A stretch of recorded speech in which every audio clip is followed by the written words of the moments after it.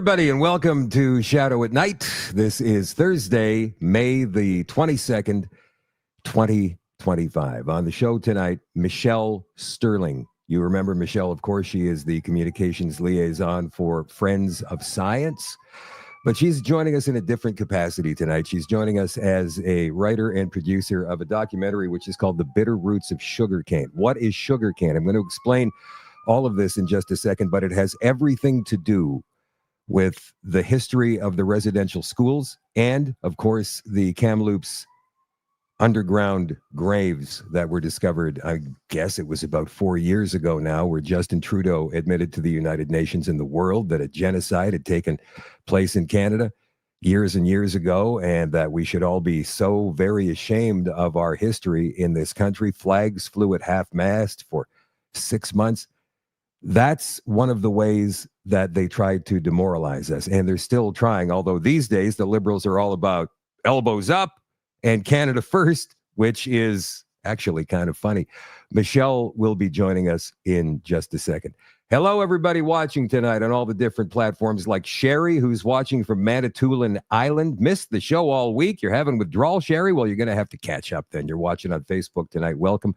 Hello, Lucette, watching in Winnipeg, I think. Derek is watching in Kamloops, British Columbia. You'll probably take a special interest in tonight's show, Derek. Hello, Ellie, watching in beautiful Headingley. Debbie is watching tonight in Tabor, Alberta.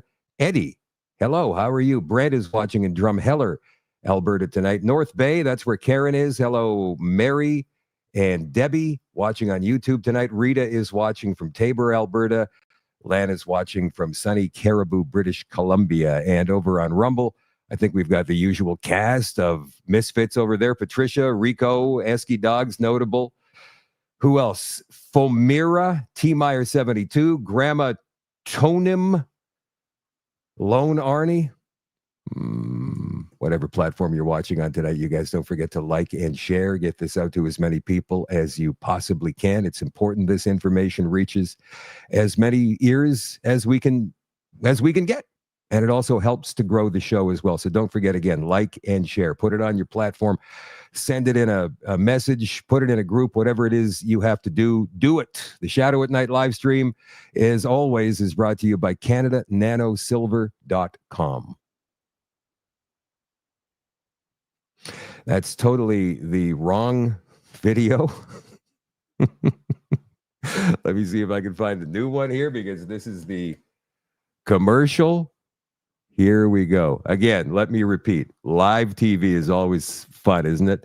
Shadow at Night live stream is brought to you, as always, by CanadaNanoSilver.com. It's amazing. It has several natural health benefits, and it's been used for hundreds of years for health and healing. That's the main reason they made silverware from silver. But seriously, this nano silver from Silverceuticals is the best and safest silver you can find. There are hundreds of studies and reports on it. I've read some of the studies myself, and it's mind-blowing. One of the things that sets Silverceuticals apart is that it washes out of your body in 24 hours. No silver buildup and no turning blue. And it won't even harm the good bacteria your body needs. It's so effective they can use very small concentrations of silver, like 10 and 32 parts per million, and still outperform other silvers that have up to 3,000 parts per million. It's safer and more effective at the same time. It is an incredibly small particle that is small enough to work through your body, but big enough not to fall out of suspension. They infuse it into almost all of their products. It works in facial serums, toothpaste, gels, and even gummies that work to help your immune system. CanadaNanoSilver.com. Again, that is CanadaNanoSilver.com with the new product that's out. By the way, you can get a hold of Kevin and Anna, 204-808-9292. The new product is for eczema and skin irritations, and all of the science is available on the website. Again, if you're looking for more information, CanadaNanoSilver.com. And to get a hold of Kevin and Anna, you can hit the contact tab in the upper right-hand corner of the website and do it like that. Michelle Stirling joins the show in just a second. She wrote and produced a documentary, a mini doc. It's called The Bitter Roots of Sugarcane. We'll explain both when we come back in 30 seconds.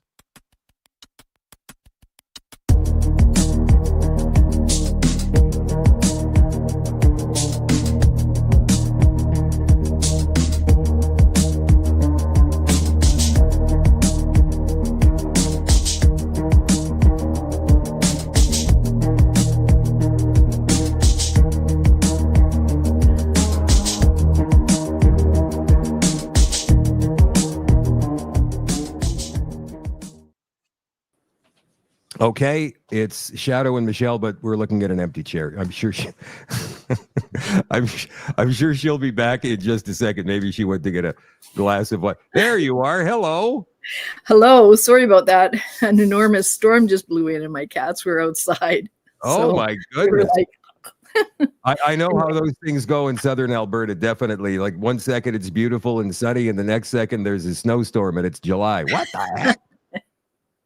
It's what it feels like these days, yeah.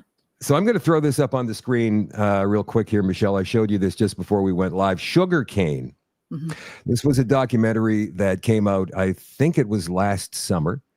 They say here on the National Geographic website that it's a stunning tribute to the resilience of Native people and their way of life. Sugarcane, the debut feature documentary from Julian Brave Noisecat and Emily Cassie, is an epic cinematic portrait of a community during a moment of international reckoning. I'm sure they're talking about Kamloops there. In 2021, evidence of unmarked graves. You guys know this story, but we're going to go through it in detail tonight with Michelle.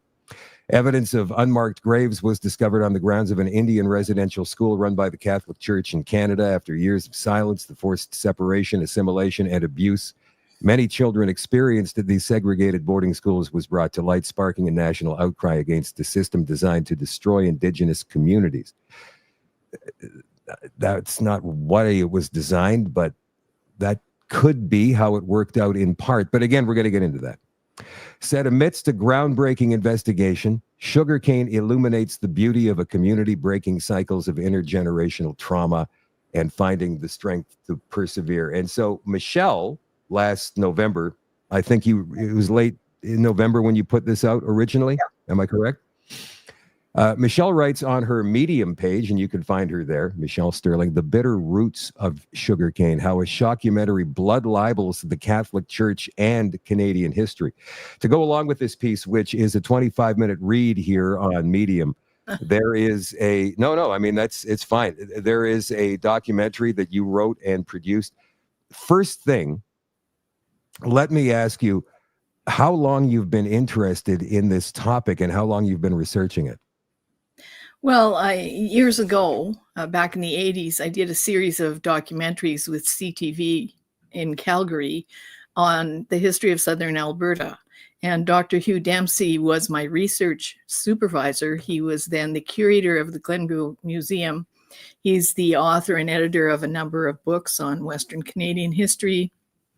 His wife was Pauline Gladstone, who sadly just passed away recently. And she was the daughter of the first Indigenous senator, Senator James Gladstone. So he would help us choose topics, and myself and a very small crew, we didn't have a CBC-style budget, traveled around the province and interviewed people. We interviewed local historians. We interviewed descendants of people of historic importance, like the descendants of Colonel MacLeod. We interviewed academic historians, local historians, and people with interesting issues, like maybe they owned a historic house of some kind, things like that. So it was quite a mix of things. That's when I began to be interested in history. Subsequently, I met Claude Fournier and Marie-Josée Raymond at the Banff Film Festival, and we became interested in doing a mini-series about the RCMP trek west to stop the American whiskey traders who were actually creating an actual genocide against the Blackfoot Nation. And so they drove the whiskey traders out, and Chief Crowfoot was very grateful for that. And that's in part why he signed Treaty 7, because he saw that they came west with good intentions and that they were beneficial to his people, saved his people, actually. So the history of, I'm sorry, go ahead. Okay, so, if we skip a few years ahead, this whole idea of genocide, cultural genocide, started tumbling out around the time of the Truth and Reconciliation reports. I wrote a couple of op-eds on that, but, I didn't think it would gain any traction. And then after this claim of, on May 27th, 2021, of finding supposedly 215 mass graves or human remains, children as young as 3 buried by children as young as 6. That didn't sit well with me. And within about 2 months of that, I wrote my first article on this particular topic. And I conceded that perhaps a mass grave had been found. But if so, it was more likely due to some kind of epidemic like the Spanish flu, cholera, typhus, tuberculosis. But then it just, completely blew up in the media. Yeah. Yeah. So you're steeped in knowledge on this. And Michelle and I were talking before we started the show today, you guys. I mean, I'm going to date myself here. You guys all know how old I am anyway, so it doesn't matter. But graduating high school in 1982, I've always been a history buff. I've always enjoyed reading about certain aspects of history. Not all of it, obviously, because there is a lot to absorb. But in school, we never learned one thing about residential schools at all. And as I look back on it now, it amazes me because in Manitoba, this is the bastion or one of the bastions in the entire country of First Nations people. We have more First Nations people in this province than any other per capita in the country. And the home birthplace of Louis Riel, for goodness sakes. I mean, who was a villain and then became a hero, then was a villain again, and then became a hero. However you look back at the history of Louis Riel and the Northwest Rebellion and all of that, you would think that there would be some semblance, going back to the late 70s, of residential schools being taught in public schools. And yet, no. So when all of this information first came out, and it started coming out in the left-wing corporate media in the 1990s, I was kind of surprised and taken aback by it, going, wait, residential schools, what's that? Right? And so you read about it, and it's history of brutality. And you wonder, okay, is that absolutely true? And then, of course, Gord Downey came out with that piece before he died, obviously, from the Tragically Hip, about 10 years ago, about one lone Indigenous boy's trek to try and find his home. I'm not sure if you ever watched the CBC series called Anne with an E. It was the story of Anne of Green Gables. And in season 3, they go on about residential schools. And it seemed to me that they were trying to change history, but I'm not exactly sure of the history of this. So residential schools were created by the Canadian government to assimilate Indigenous children into the European way of life, correct? Well, I would say they were developed in conjunction with the local tribal leaders and chiefs as a way to prepare the children for a changing world. Because, if you look at the Plains people, the Blackfoot Nation, they were kings of the plains as long as they were buffalo and they were free to ride. But what people don't realize is that in the United States, they were conducting Indian wars from 1644 to 1924. So Native people were no longer just free to ride down there and pursue the buffalo, because settlers were moving across the United States and staking claims on land that had not been ceded. They had no treaties happening down there. So, someone would stake a claim, start putting up their little cabin. Native people would arrive and say, hey, what are you doing on our land? And somebody would shoot somebody and terrible things would happen. The cavalry would roll in. So this was like a repeating pattern. That wasn't happening in this part of the world, because we didn't have that kind of relationship with Native people. Like, Canadians had always had friendly trading relationships with very few exceptions, and both parties saw an economic benefit from it. So the idea of a residential school came up as the buffalo diminished and there were restrictions on travel. It was obvious that the people on the plains would have to live a new way of life. They'd have to learn about farming and agriculture. Rather than chasing their food, they'd have to create it. And so these schools were set up, and there was a successful one already running in the East.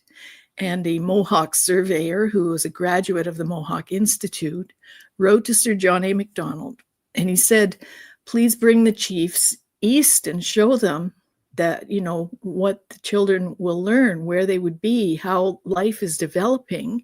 And he also said, and show them that you don't want to exterminate them, you know, because Right. that's what was happening in the United States. And that's why the medicine line, you know, the border between the States and Canada was known as the medicine line, with good medicine to the north and bad medicine to the south.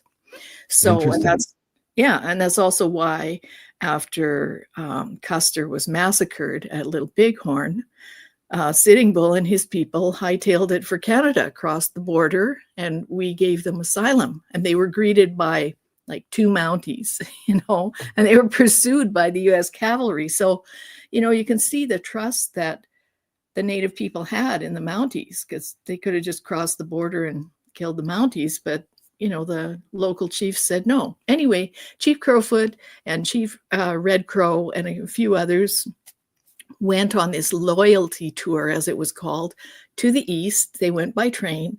They saw the Mohawk Institute. They saw the children had learned all these different skills. I think it was Chief Red Crow who was given a pair of knitted red mittens, and he really liked them. Apparently, he wore them through the whole trip. And they both, when they came back, they said, yes, let's build a school like that for our children. So people say, oh, you know, this separation of the families was a terrible thing. In part, that's true. It was difficult and emotionally difficult. At the same time, Chief Red Crow's view was it was like a hunter going on a hunt. Yes, they would have to be far away from the family for a long time. Yes, there might be dangers, but you know, to return home with the trophy of education, that's what would carry the people forward. And so, you know, it wasn't just that the government said, okay, we're going to force you guys into schools. In fact, J.R. Miller, who's a very well-known historian on this topic, has stated that at no time were parents ever compelled to send their children to Indian residential schools. It's Never. very interesting, isn't it, that history is being depicted very differently these days in popular culture, in history books, by the media, by politicians. Were there dark spots throughout the history of the residential schools? Obviously there were, but they've been amplified somewhat, yeah? Yes, there were. In the early days, you know, first of all, it was very disciplinary in terms of spare the rod, spoil the child, which was a very different way of raising children than would be in a family context in a tribal setting, where, you know, the village also took care of the children, and people, you know, kind of lived free, and they didn't have this time sequence that Western culture has. Now, many of the children, most of the children, in fact, their families had already converted to Christianity, Catholicism, or Anglican, or Methodist, Presbyterian. And this is something that activists twist all the time and say, oh, well, they forced religion on them. Well, no, it's just like today, if you're a Catholic parent, you would prefer to send your child to a Catholic school. So it was a very similar thing. And you can see on the admission forms, it asks what kind of religion the family follows, what denomination, and, you know, be marked with RC for Roman Catholic, or C of E, Church of England, Anglican. So there were things that happened at many of the schools that were reprehensible, especially in the earliest days. But again, you have to realize, why did these churches inherit this task? Well, the missionaries had already gone out into the plains and out into the mountainous areas and established relations with local tribes. So first of all, there was an existing relationship. Secondly, most of the Oblate Fathers knew the languages of the Native people. Many of them actually created dictionaries and syllabic forms of writing to capture these languages so they wouldn't vanish. So you had this infrastructure that the churches had already set up. They knew the people, they had the trust of the people, and so they were entrusted with building schools. But they weren't school teachers; they were priests, right? And then nuns, a lot of nuns. Yeah, and the Disciplinary nuns were brought in subsequently because men normally would not be teaching young girls at that time. There would be that separation. So the nuns were brought in to teach the girls and to take care of things like cooking and teaching sewing and things like that in the schools. And when you read the history of the nuns coming west and going to the north, it's unbelievable what these women went through. I mean, yes, the men also experienced that, but they were, adventuresome guys. They were physically stronger. But when you think of these nuns in their, long habits, going through muskeg, doing a portage, like they went through incredible things just to come west. And one of the first things they started doing was accepting orphans. So, being an orphan in a traditional Native context was a very difficult thing because the tribes were quite subsistence level for food and survival. So if you have this extra mouth to feed and nobody to go hunting for this extra mouth, that's a problem. And were orphans in Native tribes back in the day shunned? Were they starved out, or was it just a matter of food, as you say? Well, in one of the diaries of the Grey Nuns, they describe how the Native word from this one particular tribe was the weeper, because basically they were just left to kind of follow along behind the tribe and pick up whatever scraps they could and survive as best they could. So sometimes they didn't survive. So they didn't have a good life, So that was one of the things. And you can see pictures of the nuns, with 20, 30 girls that they'd adopted. And you can see that some of them are also disabled. And you can understand that in a very early time, it would have been difficult for a tribe to deal with people who are disabled in any way. Let me ask you, because, so far in this discussion, we're early on in it, it sounds like it wasn't this horrible thing that it's been made out to be, the residential schools, and that most of the students were given up to the schools voluntarily by their parents, like they were going on a hunt. So when did this very negative narrative start to creep in? And we first started hearing about this, as you pointed out, with Murray Sinclair, and I think it was Phil Fontaine back in the 1990s. They were talking about the abuse they suffered at the hands of Catholic nuns in the residential schools. Was it the 60s Scoop, or are there smatterings of this throughout the history? There are smatterings throughout the history, and there were real incidents that were sometimes, I would say, criminal in nature. There were a couple of quite sadistic people where there are records of, very burdensome, bloody whippings, lashings. That's usually in the very early days. But there are also many records of people who had a wonderful time there. Thompson Highway, who went to, I think it was Guy Hill, Indian Residential School. When the Truth and Reconciliation reports came out, he published an article in HuffPost.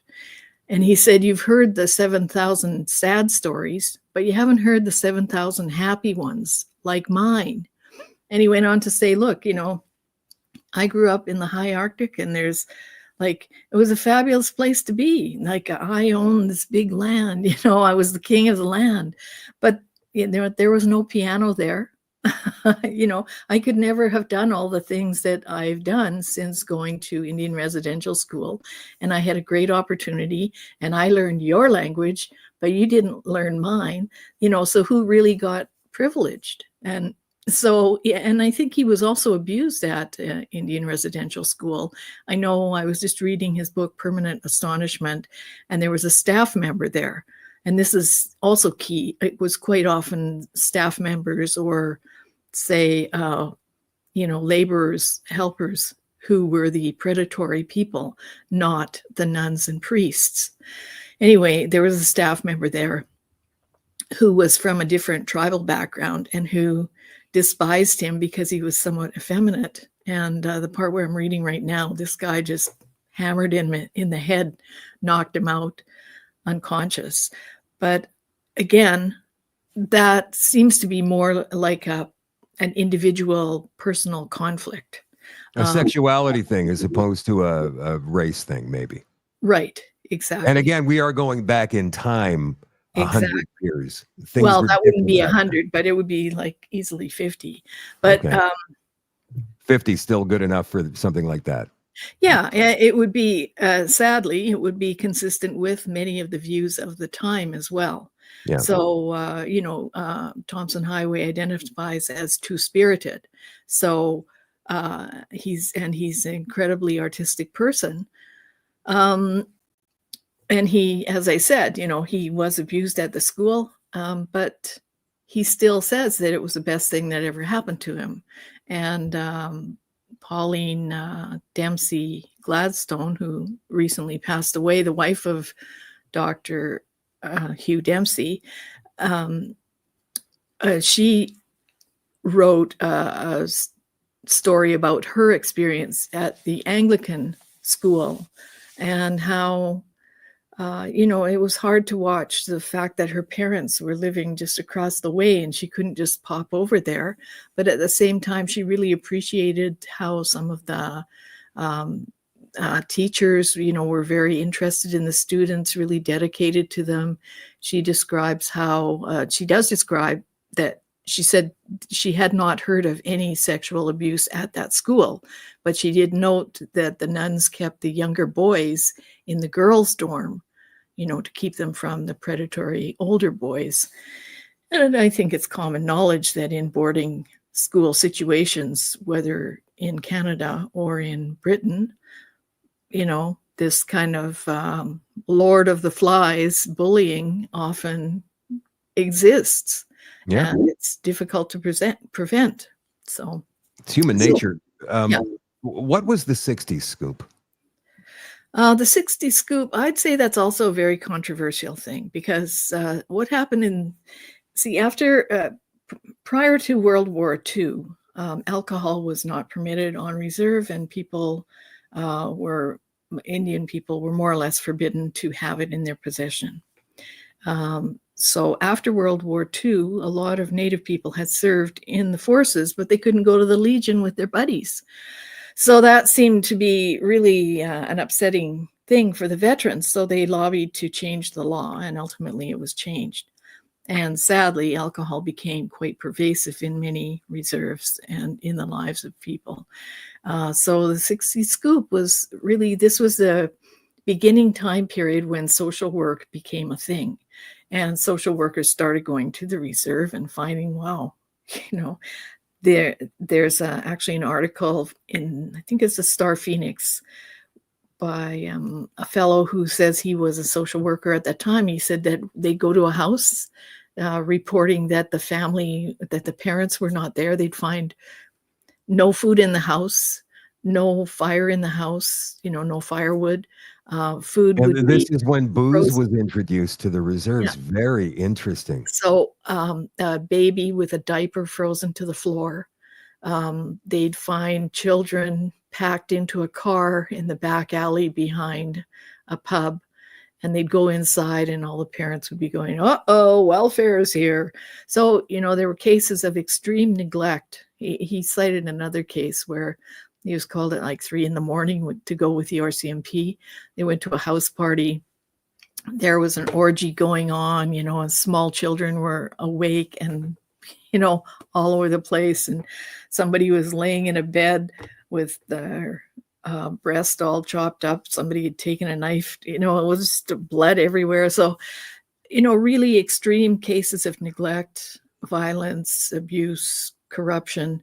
But I find it fascinating. I'm sorry to interrupt you. That because what we've seen on the streets of large cities in this country are a lot of First Nations people staggering around, drunk on something we don't know what, At Winnipeg, my father used to warn me about it. If I, when I first got my driver's license, he said, watch out for the, downtown, keep your windows rolled up and your doors locked. But in the 60s, when they first introduced alcohol to the reserves, that's when the culture started to change. It was post-war, so it was prior to the 60s, but that's when the evidence became clear that, the terrible detrimental effect it had on the Native community, because these young social workers were going in and witnessing what was going on, and this was untenable. And so they started taking the kids, obviously, because of the situation in many of the homes, all because of booze being allowed on reserve. Wow. I had no idea. That's incredible. And I would say there probably are also some cases where maybe the child did not have to be completely taken away from the parent. There might have been an incident and then nothing after that. But by that time, they kind of made the decision. And in those days, you have to remember back in the 50s, 60s, 40s, for instance, if you gave your child up for adoption, that was it. You could never track them down. They could never track you down. And it was only sort of into the 60s and 70s when people realized, well, that's really not fair. There are also some medical issues related to that. You might want to know what your family's health care was like, if you have genetic issues. And just to resolve that issue of where did I come from, that's when they started changing the rules, so that there was kind of a double-blind process where you could request the documents, but you might not be able to actually contact the people, or a note could be sent to the parent saying, do you want to have contact with your biological child? And the person could say no if they wanted to. So, it was a very kind of cloistered process. And now today it's far more open. So, things have changed a lot. People keep looking at history through the eyes of today, and that's a big mistake. And that's really why I think there's such distorted framing on Indian residential schools. Well, very interesting, when you said the 60 Scoop, very controversial, not necessarily. I mean, like, that name does not seem applicable with the explanation you just gave us. And I'm sure there are instances where maybe, government overreach came into play, where the child didn't have to be removed, but they were anyway. But when did the Native lobby first start? And who were the ones behind the distortion of history? Well, I can't say that I know that in depth. I think you'd have to talk with somebody like Brian Giesbrecht.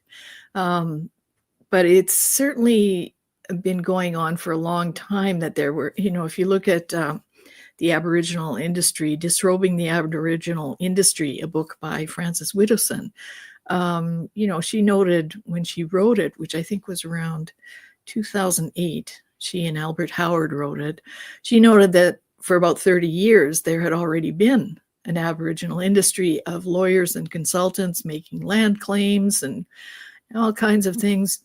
From that time forward, then there became additional claims related to things like the Sixties Scoop, to things like allegations of abuse at Indian residential schools. And some of those were sparked by unrelated things. Like, I would say one of the big turning points in Canada was the Mount Cashel orphanage scandal. And this was down in the Maritimes, where an orphanage had been taking in children, and the brothers who ran this facility, who were unrelated to the residential school operators in Canada, they were abusing the children. And this became huge, I remember that story. Yeah, this became a huge story in the news, and also a lot of money started flowing in terms of reparations. So I suspect that the Aboriginal industry looked at this and said, wow, we know there have been people who've been abused. This is great.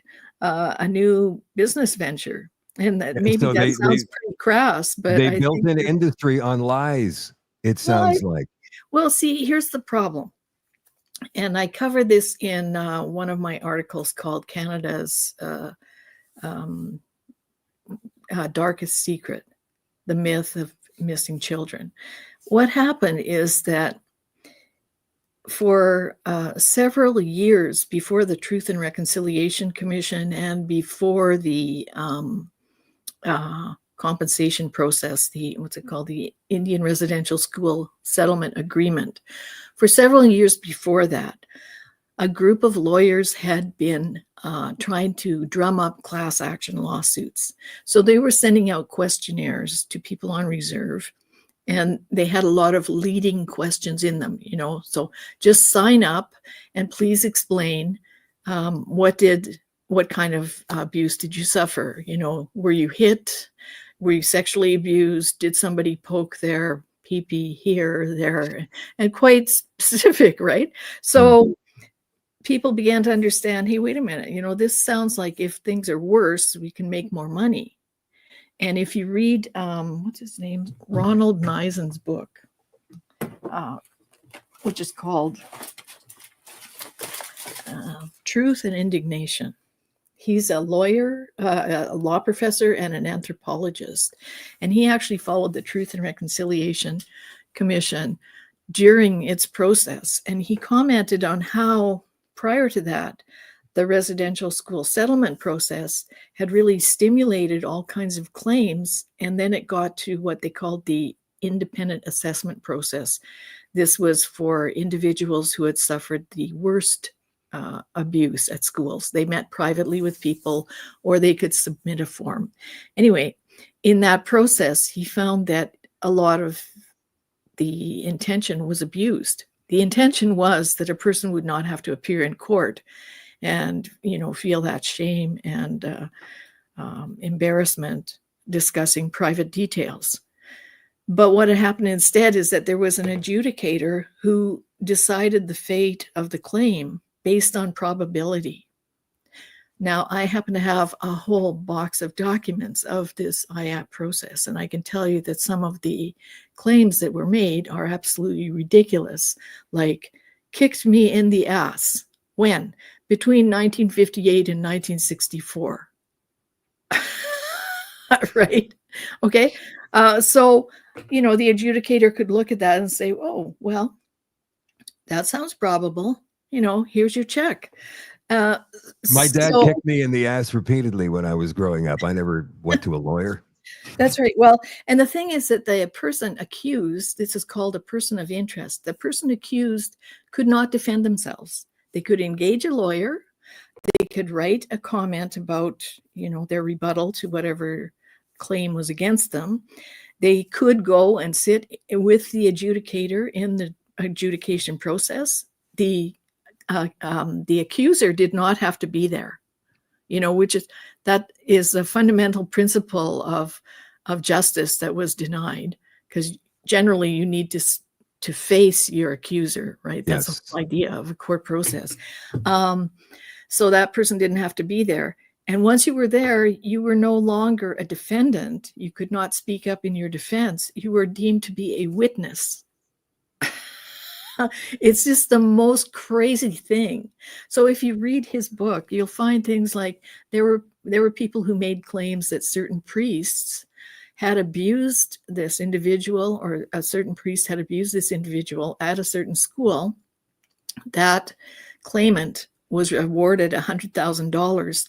That priest was still at theological college, hundreds of miles away, never at that school at that time. But based on the probability, it could have happened. Maybe he came for a visit. This sounds like a kangaroo court system, much like we've seen in the country in the past. Well, yeah, and the problem with this whole process is not just that. So this all preceded the Truth and Reconciliation Commission. So you can see that in this process, people who made the bigger claims made more money. Literally, they made more money. And the lawyers had an interest in them making more money because So they'd they make more helped money. to drive up the claim, right? Yeah. So you can imagine that also in the witnessing process at the TRC, people who came and spoke also probably, based on all this past experience, told a bigger story. And You're going to get 200,000. I want 500,000. And so the bigger the story, the bigger the award. well, the awards topped out around $250,000, but that's a lot of money for an individual. Yeah. And I wonder if they had to share any of that with the band. I wonder if well, that's a good question. I think Nisen raises part of that in his book. He notes that, the problem also is that the money was paid out in full. So, the lawyers took their share and then the rest of the money. So somebody who might have been happy getting, blasted on fentanyl, wow, this is great. Now I can afford cocaine. So, it had for the most part, it had a very detrimental effect on these communities, and people who were addicted, were more addicted. all that money, they stayed addicted. Yeah. And That's right. died. And other people, now, here's the other tragedy, people who actually really had suffered, as Nisen points out. He said they were so emotionally overwrought, they couldn't even fill out the form. And a lot of them said, I don't even want to make a claim because I think, I might end up going back drinking, or I might end up in a big depression again, or suicidal. I don't even want to. So those are the people who should have been compensated. And for the most part, many were not. So the liars got the money, and the people who actually were abused didn't want to testify. So if they didn't testify, they wouldn't get any awards. Well, they didn't have to testify. That's the whole process was or even tell their story, right? Yeah, but they would have had to fill out the claim form, and they, it was too traumatic for those who had actually suffered. And Michelle, go ahead. Oh, and there are also a number of reports that in the schools there was often student-on-student sexual abuse. And I believe it was in a case up in, I better not say because I can't remember the details per se, but the group that was making claims against the church did not want the student-on-student abuse to be recognized, right? So anyway, they wouldn't get any money, right? Well, if it's student-on-student abuse, that's different. It's not abuse from the school, so it's not our fault. Well, the problem is also these are very small communities for the most part, like 500 people and less, maybe 1,000. Some of the bigger bands are maybe, I think there's 12,000 or something in one of the biggest bands. But, it's a small nepotistic community. So if your cousin was abusing you at school, whether he was smacking you around or sexually abusing you, do you really want to take him to the law? No, you don't want people hearing about it too, right? Small communities, right? You take a poop and they know what color it is. So, yeah. So let's jump ahead. People are getting impatient here in the comments. What about Kamloops? They're saying. I say okay. I absolutely understand that they want to hear, and based upon sugarcane and then the bitter roots of sugarcane, your rebuttal to that documentary. So when the news broke 4 years ago about these findings beneath the ground near the residential school in Kamloops, knowing what you knew about it, what was your first reaction? Knowing what you knew about the history of this, not about that particular instance. Well, my first reaction was that they probably had found a mass grave of, a Spanish flu epidemic or typhus epidemic. Like mass graves do exist all over the place in Canada, not hundreds of them, but probably dozens of them. We know that there are at least 3 of them in the Blue Quills Community Cemetery, the old cemetery. We know that because it's documented that there were 3 typhus epidemics. But the people who died then and are buried there are probably pioneers, probably my relatives compared to the people on reserve. So that was my first thought. And in all of the articles that came out at that time, as well. No one ever mentioned TB, not even 60 Minutes. 60 Minutes did a whole story on it. And, when I was back in broadcasting, like 60 Minutes was like the gold standard of, of investigative journalism. They did a whole story on Indian residential schools, didn't even mention TB. So tuberculosis killed lots of people. It used to kill 1 Canadian every hour and 2 Canadians every hour of the night. So that was back in 1908. And that was all kinds of Canadians. It was a mass killer all across the world. No, it could have been anything. It's swine flu, that pandemic that came through in the late 1910s. Spanish flu, yeah. Sorry, Spanish flu. Yeah. So, there have been a lot of epidemics that have run through the population in the past 120 years or so that we've been a country, 140, whatever, 150. I guess it's coming up to 1867. All I got to do is the math. But when we get to Kamloops and we hear about, this mass grave, and they hadn't actually dug anything up, and they still haven't, by the way. There's been no excavation there. The only thing they've used is ground penetrating radar and found anomalies buried beneath the ground. Some people have suggested that it was an old sewage system that was. That's right. Yeah, if you look at Nina Green's website, which is Indian Residential Schools, let me just find it. IndianResidentialSchoolRecords.com/Kamloops. So all one word, IndianResidentialSchoolRecords.com/Kamloops. Then you will find the details about this 2,000 feet of septic trenches that were dug in that very same area in 1920, in 1926, I think it is. So,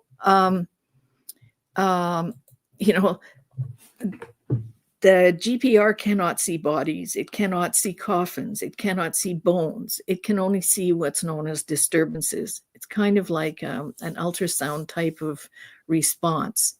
And so, what the band said was completely false. And this thing went around the world. The media repeated it with no questions asked.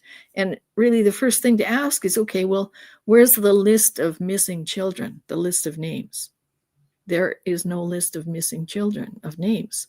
There's no families that have come forward and said, here's a picture of my child who went to this school and never came home.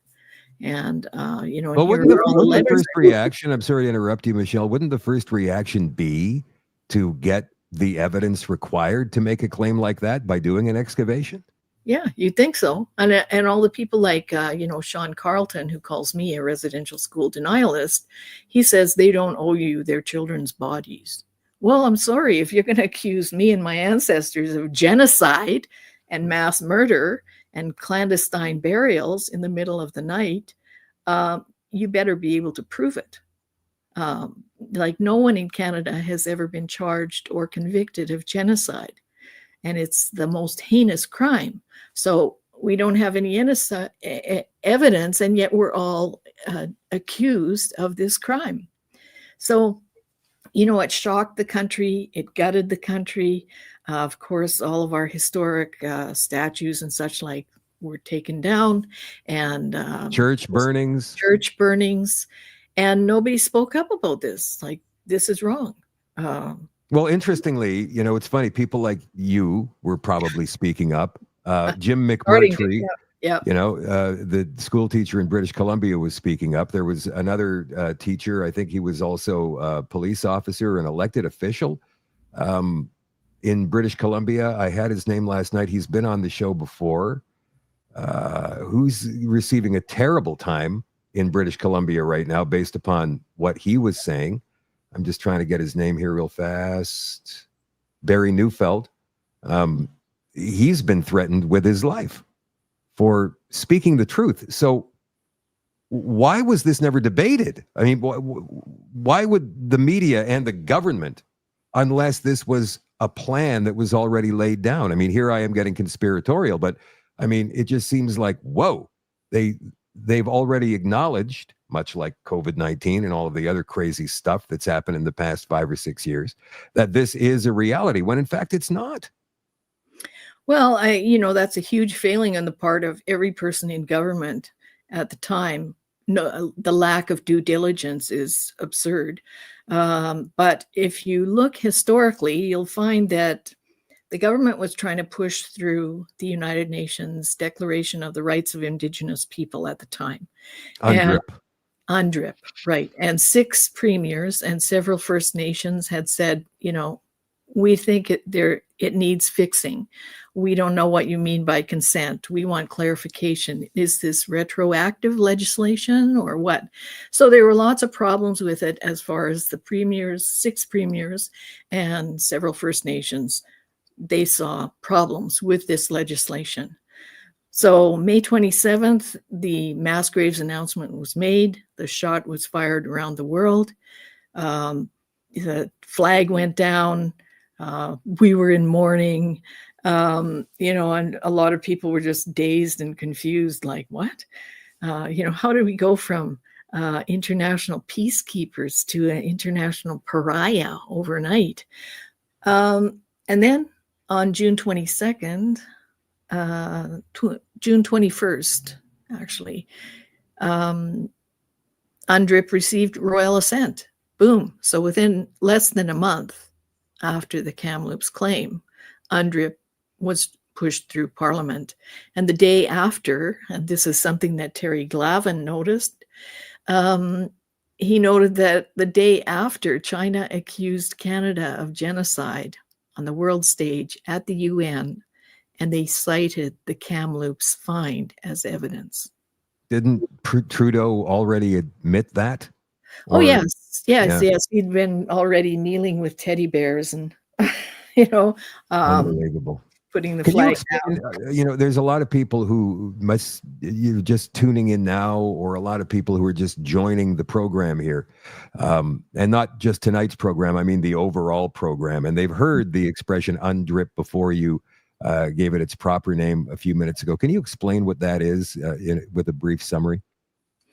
The United Nations Declaration of the Rights of Indigenous People basically it suggests that Indigenous people have prior rights to the land, and they have a certain sovereignty that's outside the national structure of Canada. And the consequence of UNDRIP is that all laws in Canada supposedly must be redrafted to align with UNDRIP. And we see what's happening in BC with DRIPA, which is the provincial version of UNDRIP, where the Haida Gwaii Islands, formerly Queen Charlotte Islands, were handed over to the Haida Nation. That's actually a security issue because during World War II, Colonel Mitchell said, "He who controls Alaska controls the world." Well, that's right in the armpit of Alaska. And the US military used to have a huge elephant radar station there. It's still there. There's a golf course around it now. But this is a critical strategic piece of property, and is now in the hands of 2,300 Haida people because the government gave it to them with no consultation to the rest of BC. Yeah, that's been going on all over the country as well. The old Bay building in downtown Winnipeg, which was a staple there, 6 floors, takes up an entire city square block. It's huge. And it's been given to the Indigenous groups in town just in the past 3 years, and it's sitting there empty. They've done nothing with it. And I don't know if they ever will. What are they going to use it for? It could have been destroyed and a brand new building could have gone up, but no. Instead, they've taken old swaths of housing in one part of town where there used to be a CFB, a Canadian Forces base, and wiped that all out and given it to the First Nations, and they've done nothing with that either. So I don't know what the whole purpose behind this is. And I guess this is when the land acknowledgements all started to happen as well. Yeah, I think that's one of the 94 acts of reconciliation recommended by the TRC, the Truth and Reconciliation Commission. So, a lot of it, what you say is correct, that this is principally a land back movement, meaning that bit by bit, the First Nations of Canada intend to take back all the land and maintain sovereignty over Canada. That's the ultimate goal of the most activist people. I'd say that there's probably a big sector who want to just have friendly relations like we used to have, but they can't say much because all the things that we discussed about nepotism, small community, and such like. Or you're a denier. You get called a denier, right? Yeah. You know? And people have to realize that there are hundreds of billions of dollars flowing to various Aboriginal claims, and it's not being contested in any way. When Jody Wilson-Raybould left office, she gave a practice directive to the government. You can read about this in Tom Flanagan's, Noble Idea from Reconciliation to Reparations or something like that. It's on the Fraser Institute's website. Just look under Tom Flanagan and you'll find it. It's interesting. Michelle and I were talking before the show as well. And, I said to her, this sounds to me like two things. Number one, it's a cash grab.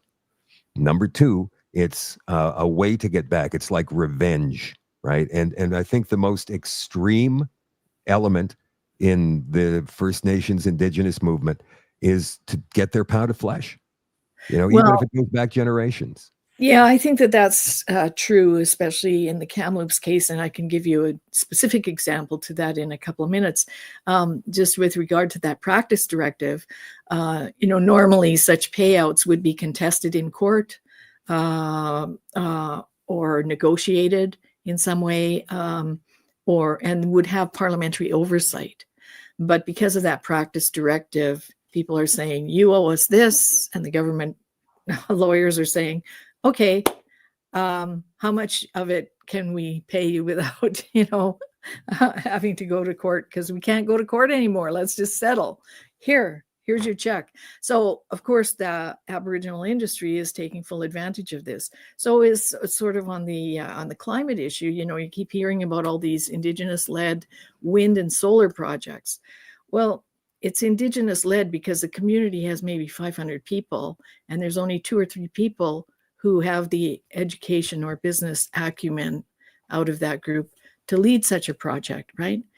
But the government, you, the taxpayer, is funding the whole darn thing. And the reason why it's so popular to have it Indigenous-led is they know that this ties into a nonstop stream of Aboriginal funding that will be dedicated for decades. So all of this is happening, as I said yesterday when I was talking with Greg Wycliffe on his show. There's these 2 parallel tracks that don't meet. There's all the things that are happening in the Aboriginal side, all these funding issues, negotiations, land back, settlements, etc.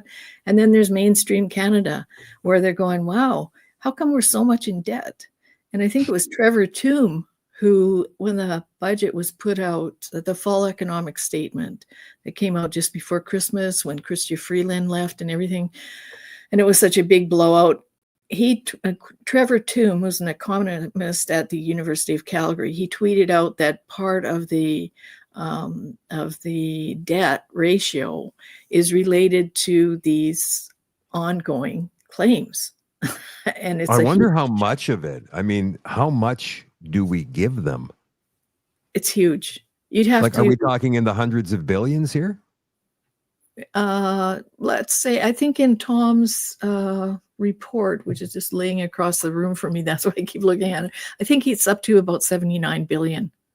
Oh, but that's not all. That's not all, because there's all these other little things happening in the background that are being paid out. I have a thing on my Substack called Peanuts and Elephants. Let me just read some of this. Robert Lyman did it. He summarized. Robert Lyman is a former federal public servant, and he's talking about all these different payouts to various bands. So the Department of Crown Indigenous Relations and Northern Affairs Canada provided a grant of $601.5 million to the La Ronge Band in Saskatchewan, described as mandated or core funding, whatever that means. And the L'Orange Band is listed in Wikipedia as having 7,200 members on reserve, or 11,843 members in total, based on their website. So this single grant, which is supposed to cover the period from December 1st, 2024 to March 31st, 2025, amounts to $83,480 per on-reserve band member for just a third of a year. Okay, here's another one. This is a scam. This is a scam. I'm sorry. Here's another one. The Blood Band, the Kainai Nation, 12,740 registered members, received a grant of almost $850 million over the period of April 1st, 2024 to March 31st, 2034. This averages $66,700 per member. The Michigan Band on Manitoulin Island received a grant of $448 million from May 1st, 2024 to March 31st, 2025. The population on reserve is about 940 people as of 2019. The grant averages $476,660 per person. Are they not supposed to build things with these grants? You know, like maybe fresh water filtration systems, that kind of thing? Because there's it's hard to know because, you know, it says mandated or core funding. You would think so, but whatever the case, that's a lot of money going out. And if you recall, Stephen Harper's government had instituted the First Nations Accountability Act, where they were supposed to be reporting every year on what they were actually doing. And that was deemed racist, so Trudeau got rid of it like in a heartbeat. Yes, and so now if we jump back to Kamloops for a moment, it was reported that they received something like $12 million to do excavations and groundwork, field work, and so far they spent the money, on communications and PR consultants. This ground penetrating radar that this whole operation in Kamloops, was that just by accident, or did people actually go out and try to find something? No, it was quite organized. I think if you watch the documentary, The Fifth Estate, I think it is CBC's Fifth Estate, they did a documentary called, I think it's called The Reckoning, and which is quite funny as a title because CBC just went hook, line, and sinker. Anything that people said, they accepted it. They never challenged it at all. No, they all did. But if you compare that documentary about the Kamloops find with what they did to Buffy St. Marie, you know, one is doing journalism, investigative journalism, and with a real vicious knife, as far as I'm concerned, and the other is being repeaters and not reporters, as I like to say. So, but if you watch The Reckoning, you can see that they had actually they'd gotten a grant from Heritage Canada that was supposed to expire, I think it was in December of 2020. And this was supposedly to upgrade their park. They have a heritage park there. And if the logistics are properly assessed vis-a-vis the geography there, it seems that they might even have built their heritage park parking lot on top of where they would claim that there were unmarked graves. But anyway, so they had this grant, I think it was for about $40,000. Somehow they contracted with Dr. Sarah Beaulieu to come there over the long weekend and do this ground penetrating radar work.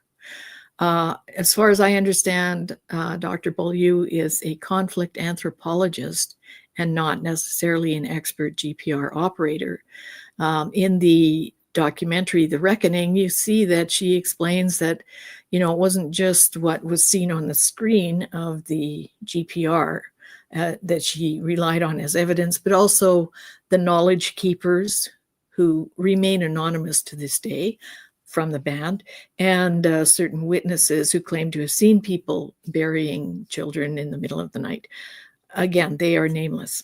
So you would think with this heinous crime of murders and clandestine, somebody would have seen something somewhere. Well, and you would think that, the RCMP should have been in there immediately. Like, this went around the world and Canada's reputation is being destroyed.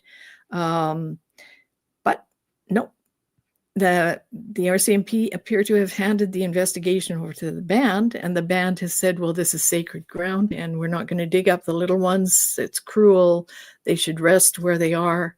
Meanwhile, had Dr. Beaulieu done any previous land use research, which was pretty much impossible over a long weekend, if you go down to the town or county, you can go through historic records and find out, hey, there was a septic trench there, 2,000 feet of septic trenches. Maybe we shouldn't put the announcement out yet. Let's dig a little. They knew this whole thing was a scam from the outset. It sounds set up to me the way you tell this story, right? Like, they knew everything. They knew that they would never, ever have to reveal any actual evidence to the public because they'd already started putting the word out. Oh, we found something under the ground, right?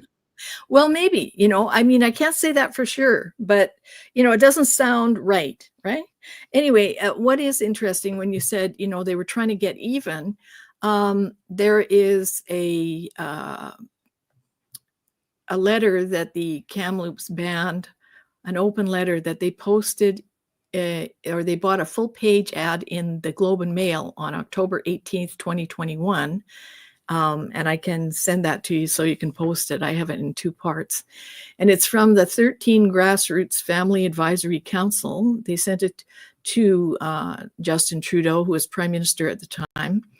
And they say, petition to Prime Minister. I'm not going to read it all because there's a lot of detail, but just I'll pick out a couple of points. They claim that, 111 years ago, Prime Minister Laurier visited our territory, and that they had some kind of agreement with him. But things changed. The petition that they presented then was rejected, and the federal government supported the genocide of our people through the creation of residential schools. In fact, Chief Louis of that band requested a residential school, and I think it was his wife who granted land for it. So anyhow, they go on to say, in 2015, this is to the Prime Minister, Trudeau at the time, before the federal election, you visited our community and made promises to support our rights, title, and jurisdictions, and, if elected, to visit our community again.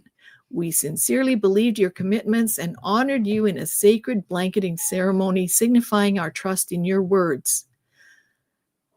But apparently nothing happened in that regard for the ensuing, 6 years? Mm-hmm. Then they go on to say, in May of 2021, evidence of a horrific act of genocide was laid bare to the world, with the confirmation of at least 250 unmarked graves of little ones who attended the Kamloops Indian Residential School. We are aware of the shared culpability of the Catholic Church, the federal government, and we remind you of the words of Duncan Campbell Scott, Deputy Superintendent of the Department of Indian Affairs from 1910. Listen to what they say. They say, it's readily acknowledged that Indian children lose their natural resistance to illness by habituating so closely in residential schools that they die at a much higher rate than in their villages, which is not true, actually. I have data on that. But this alone does not justify a change in the policy of this department, which is geared toward a final solution of our Indian problem. So see, they try to tie it in with the Holocaust final solution of the Jews, as if this was the same kind of genocide. But Duncan Campbell Scott said this in 1910. This concept of a final solution genocide never existed at that time.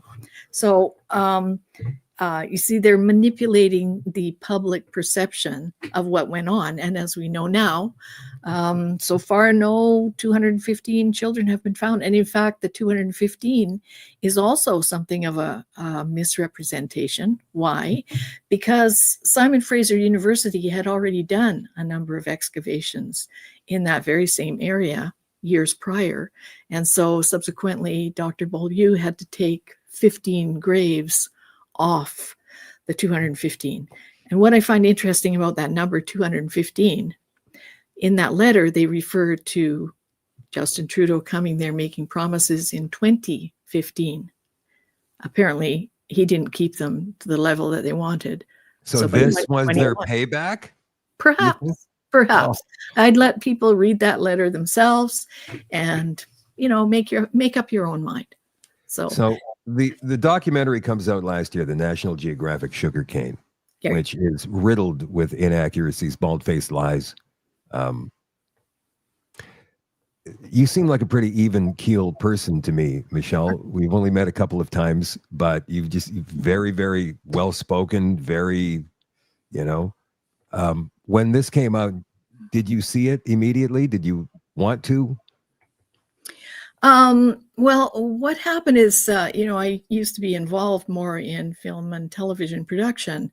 And so I saw there were a number of news stories popping up all over the place about it and how wonderful it was, how fantastic it was. And I started reading the critics' reviews. And I think probably the most exemplary one is that of the Christian Science Monitor review. And almost every single one of them claimed that this baby had been found in the incinerator. He was the only survivor, that his mother had been raped by a priest, and that the priest regularly raped Indigenous girls and hid the evidence by incinerating the babies in the school's incinerator, which, that's totally absurd, because these are Catholics, who have great respect for life and for the body in death. So anyway, I thought that's odd that it's like taking off. It's really getting lots of reviews. National Geographic had picked it up. So I went to see it as soon as I could. I managed to see it twice in succession. And the first time I just watched it. You were just really pissed. No, the first time I just watched it. The second time I took notes in the dark. And it wasn't showing in many theaters. That was the other concerning thing, because it was showing at festivals here and there, one spot, 2 showings, 2 or 3 days at a time, and that was it. So the public was not really in a position to judge the film or question it. So after I saw it the second time, I thought, this is like absurd. And of course, I have worked closely with Nina Green on a number of different things. So I wrote up my notes. I sent them to her and I said, what do you think of all this? Well, she started digging up all this different evidence. And one of the things in the film that I first noticed was a story in the Williams Lake Tribune of 1959. Oh, there's my cat, sorry. 1959, August, I think it was August 16th, 1959. And it's the story of a woman who went to jail for a year because she had abandoned her baby in an incinerator. And she was 20 years old. That's what I saw when I went across the screen. I saw that 20 years old. But they were using this as if the evidence for their thesis. Now, the thing is, they didn't have the name of the person in that article, but Nina tracked it down. Antoinette Archie, who turned out to be the grandmother of Julian Brave Noisecat, who's one of the directors of the film, and the mother of Ed Archie Noisecat, who's the Indigenous artist in the film. He's a carver, and he was the baby in the incinerator. So the thing is, Antoinette had completed schooling. She'd actually been at Kamloops School during the time that people say the children were being murdered and buried. But she never reported on any of that. She'd gone to Vancouver and taken a practical nursing course. So she was an adult proceeding along with her life. And who knows, maybe she met a handsome rodeo guy named Ray Peters. But she became pregnant and delivered her baby alone that night at the school. So why was she at the school? Well, the schools had infirmaries. And in the news report, she was apparently going home to Canham Lake from Williams Lake. I suspect she went into labor along the way. It was night. It was August. Nobody would really be around at the school because people went home for the summer. There'd be very few people around. So she apparently delivered the baby alone and thought it was dead. That's what she told the court. So she put it in the incinerator. Now, it sounds terrible, but of course, a woman would be in shock after delivering a baby alone.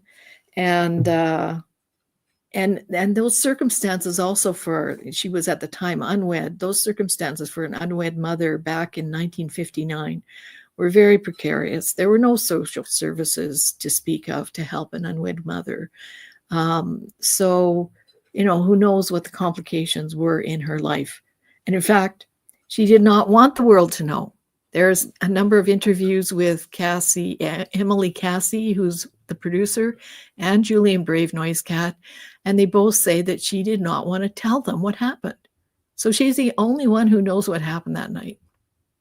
They built a whole film around us not knowing exactly what happened that night, or us not knowing exactly who the father was. But we do know that Ray Peters did and does claim to be the father of Ed Archie Noise Cat, and Ed claims him as his father as well. And Julian had written about this years before the film was made.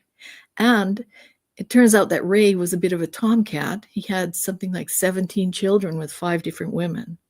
8 of them he had with Antoinette Archie. But yes. How many inaccuracies are there in this documentary Sugarcane? Is it just one big continuous lie? It's one big continuous innuendo. So the way that it's structured, and I mentioned this to Frances Widdowson the other day too, I think, it's very interesting to me that they brought in very high level, very qualified pedigree producers from out of BC to complete this film. When in fact in British Columbia, there are excellent filmmakers, directors of photography, cinematographers, editors. There are excellent Canadian, if you talk Canadian content, excellent people right there, most of them in Vancouver. Why didn't they choose any of those? Well, I'm sure because those people would have said, what? That's bullshit. They would have read that article while they were shooting it and go, hey, wait a minute. Isn't this your grandmother, Julian? They would have seen it for what it was. Whereas outsiders, accept the mythology and this tragedy and just simply go with it and try to make the story as emotionally compelling as possible. And it is. It's beautifully shot. It's beautifully edited. National Geographic gets behind it and they call it a documentary, and it's nothing but a bunch of BS. That's right. Yeah. And, numerous people, like once we put this information out there in our articles, in the mini documentary that I made with the help of people who choose to remain anonymous, but we did all this like no budget, nobody funded us, there's no secret cabal behind us. We just wanted people to know the truth.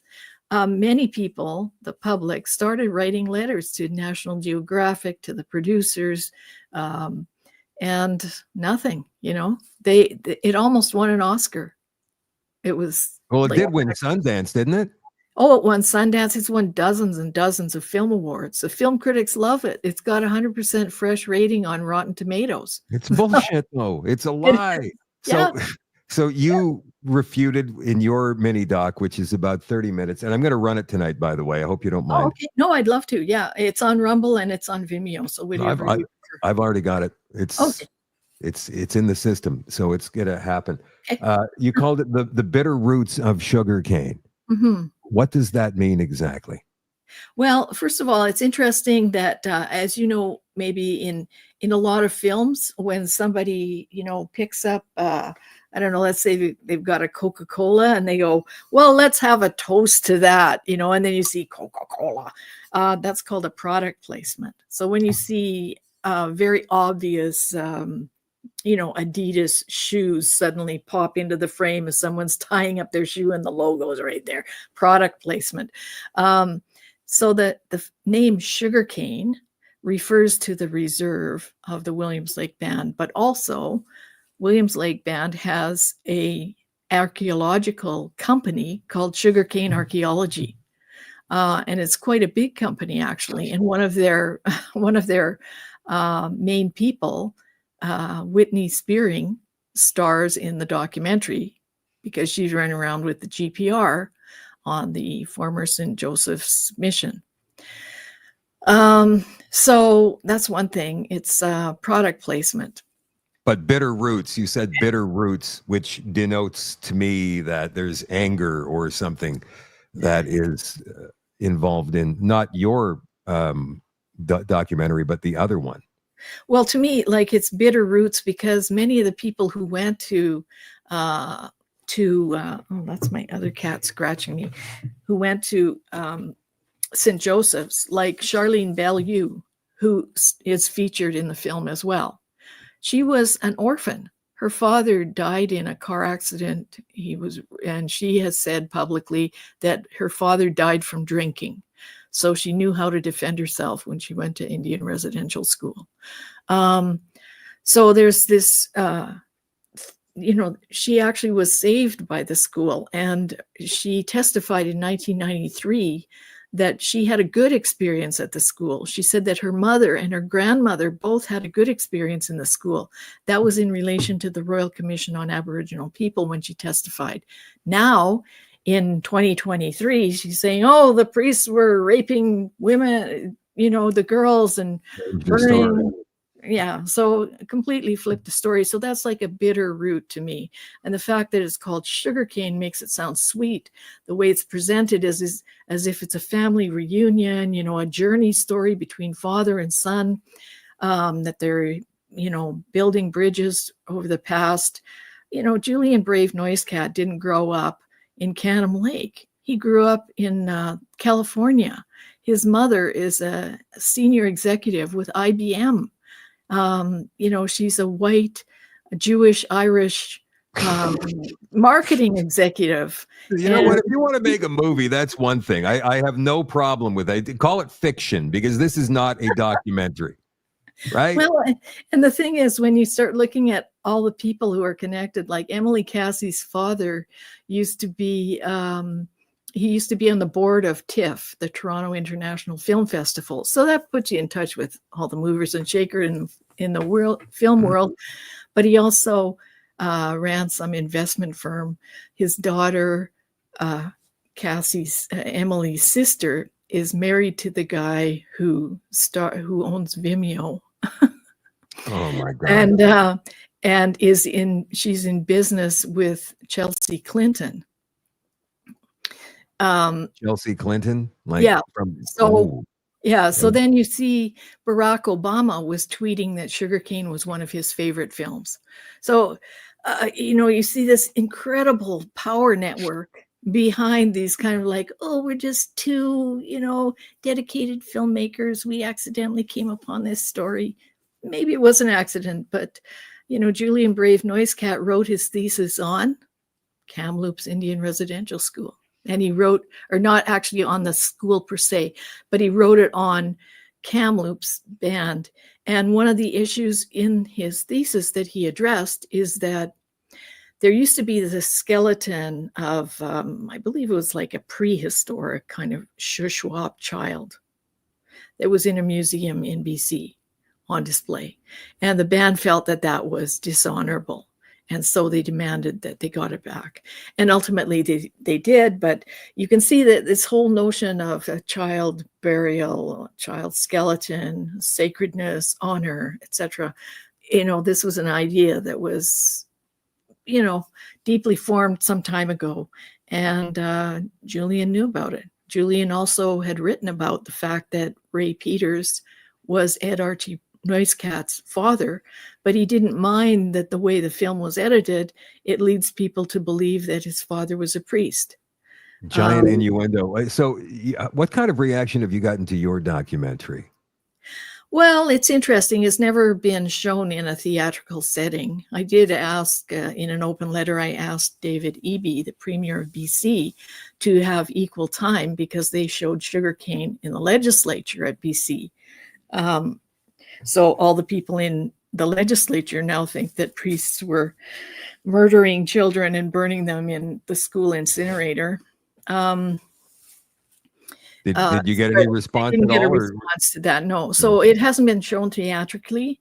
And it's interesting that not a lot of people have commented on the Rumble version, even though I think it's probably 6,000 views so far. I haven't checked it lately, but I've got about 6 comments there. 6 only? Yeah. Wow. And has anybody called you a liar, denier, or anything at all along those lines? Yeah, one comment is very critical. And, again, it's a half-hour, low-budget documentary, no-budget documentary. And again, I'm not saying that bad things did not happen at some residential schools to some children, but I am saying that this was blown way out of proportion. Way out. Who narrated your documentary? Oh, it was an AI voice, actually. That's AI? Yeah. Oh my God. Usually I can tell when it's AI. This does not sound like AI to me. Well, thank you. I watched it earlier. Whoa, that must have been a pretty good AI, because I hear AI these days and it's like, you can tell, right? Like the spacing is wrong. But this sounded very good. Well, thank you. But, the thing was, because we didn't really have a budget, AI was useful because we went through a lot of script revisions, trying to make things, flow properly. Mm-hmm. And as you know, then you'd have to be calling the narrator back into the studio over and over again to redo the lines. And this way you could feed it through Well, next time you do one of these, you can always ask me. I'd be happy to do a human voice for you, and I would not charge you a thing. Well, we prefer a human voice, but we really, and also we did it quite secretly because we didn't want to be prevented from releasing it. And so we thought, we'll just put it out there and people will find it. My position on things like this is that if there's no alternative view expressed, then people will assume whatever the mainstream narrative is correct. But if there is some alternative view presented, then people will start to think twice and say, wait, well, let me consider this. Did you put it up on YouTube? No, I didn't put it up on YouTube simply because I felt that it was quite, it probably would get taken down. You think? Yeah. Interesting. Maybe I'll cut off my YouTube feed and then play the thing just to see. Yeah, I prefer that you didn't. Please. It's up to you. Whatever. Oh no, I mean we're on like six or seven different platforms, so we'll still be on Facebook. We'll still be on X. We'll still be on Rumble. We'll still be on my website. We'll still be on Telegram. So it's not like people aren't going to see it. I mean, it's just that YouTube. But you're right; they are very touchy about these kinds of things. And it does get a little bit graphic, but I didn't think it was over the top or anything, but YouTube's got different ideas. So it's more on the censorship thing that, and I think I get that a lot on my personal X account, that sometimes there's no activity. And I think it's because, dozens of people have reported me. Yeah, that could be. That could be. I'll tell you what. I'll give it a shot. I'll keep it on YouTube. I'll throw it up and see what happens. And if they take the video down, then they take it down. Yeah. But we know that all of the research you've done is based on, facts. Everything that you refute from sugarcane in this documentary that you wrote is factual. That's right. And I must say it's facts that for the most part, Nina Green ferreted out of the archives. She is a dedicated researcher. She knows these files very well. And, the thing is with Aboriginal families, it's really hard to figure out who's who a lot of the time. That's a problem in sugarcane for the average viewer, because Ed Archie Noisecat, doesn't appear to have any relationship to someone. They don't name Antoinette Archie in the film, but it doesn't appear that there's any relation. And another scene, they go and see, I think her name is Miriam Peters. I'm not sure in the first name. Anyway, she says to him, well, what's my brother got to do with this? And he says, well, he was my father, wasn't he? Well, that's Ray Peters. So it turns out that would probably be Ray Peters' sister. But if you don't know that, and in the film they never mention that Ray Peters was actually the father, so you would assume, must have been a priest named Peters then who was his father. All right, let's run this thing. I want to thank you, Michelle, for coming on tonight. And you're available on X and on Rumble if people want to watch the documentary, if they don't want to watch it here, or if they want to share it with other people, which would be huge. But here it is, debuting on the Shadow at Night live stream tonight, The Bitter Roots of Sugarcane, written and produced by Michelle Stirling. Thank you, Michelle. With research from Nina Green. Thank you.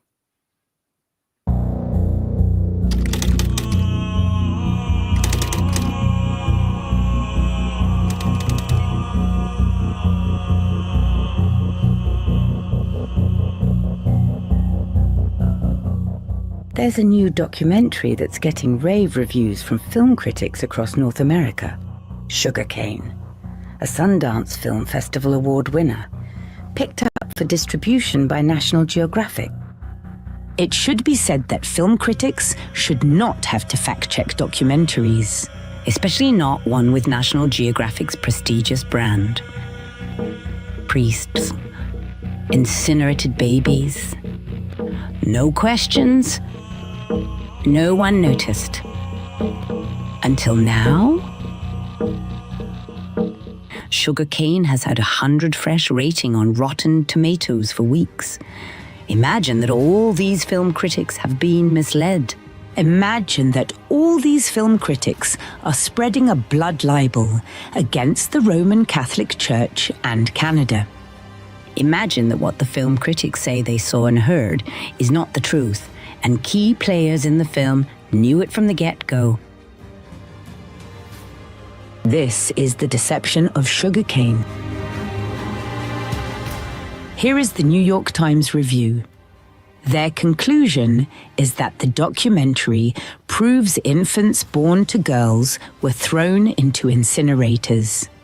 The review from Christian Science Monitor gets almost every point wrong. The documentary's furious emotional center is the disclosure of Ed's secretive birth at the St. Joseph's Mission Residential School, where he was subsequently abused, to a mother who was raped by a priest.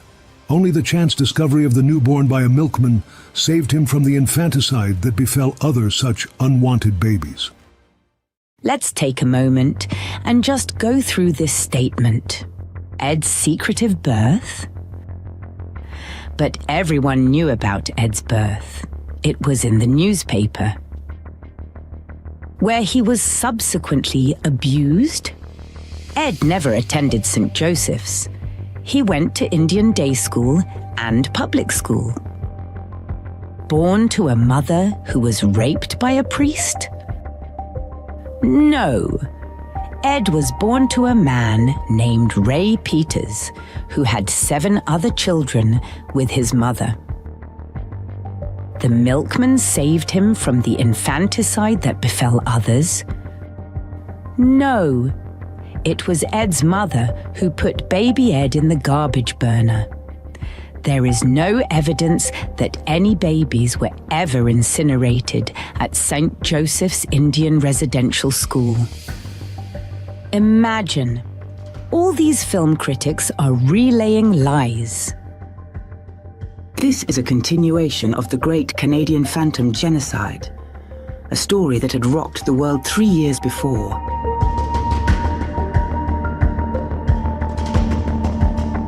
On May 27th, 2021, the world was shocked by a single tweet. Headlines exploded around the world. Not one journalist had any questions. This is the era of repeaters, not reporters. Prestigious papers and news outlets repeatedly echoed the story. Former students who used to make up stories about a graveyard in the orchard were aghast to learn that bodies were supposedly been found. We understand that you had heard rumors about this mass grave when you were a student there. There was rumors of a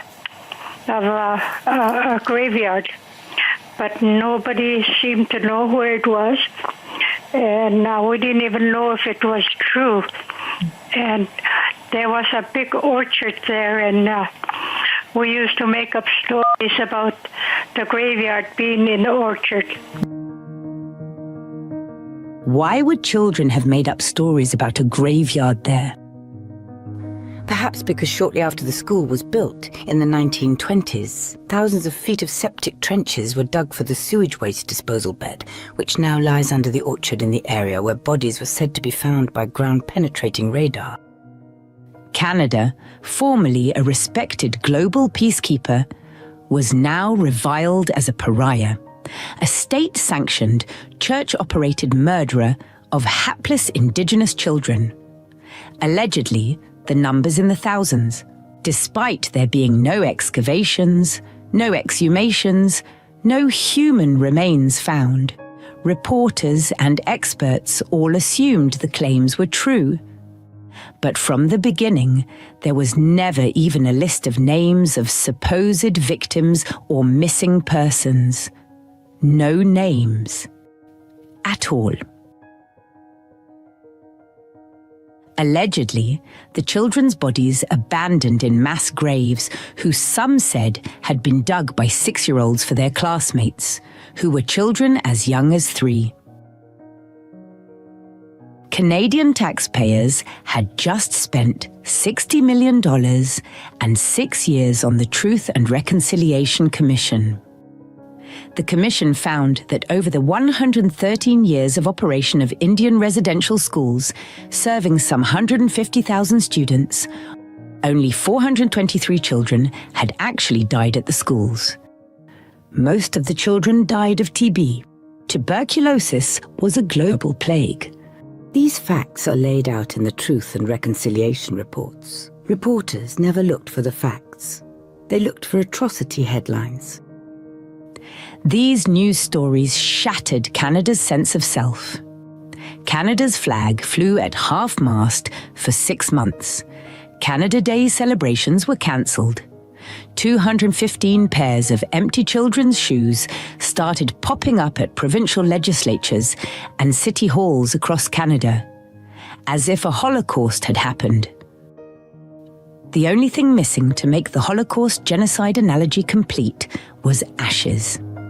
And the Williams Lake Band was about to supply those ashes with the stories told in Sugarcane. The most believable lies contain an element of truth. There was a Father O'Connor at St. Joseph's Indian Residential School in the 1960s. He broke his vows of celibacy and fathered a child with Phyllis Bobb, a woman who was a 22-year-old seamstress at the school, but not a student. The baby was put up for adoption.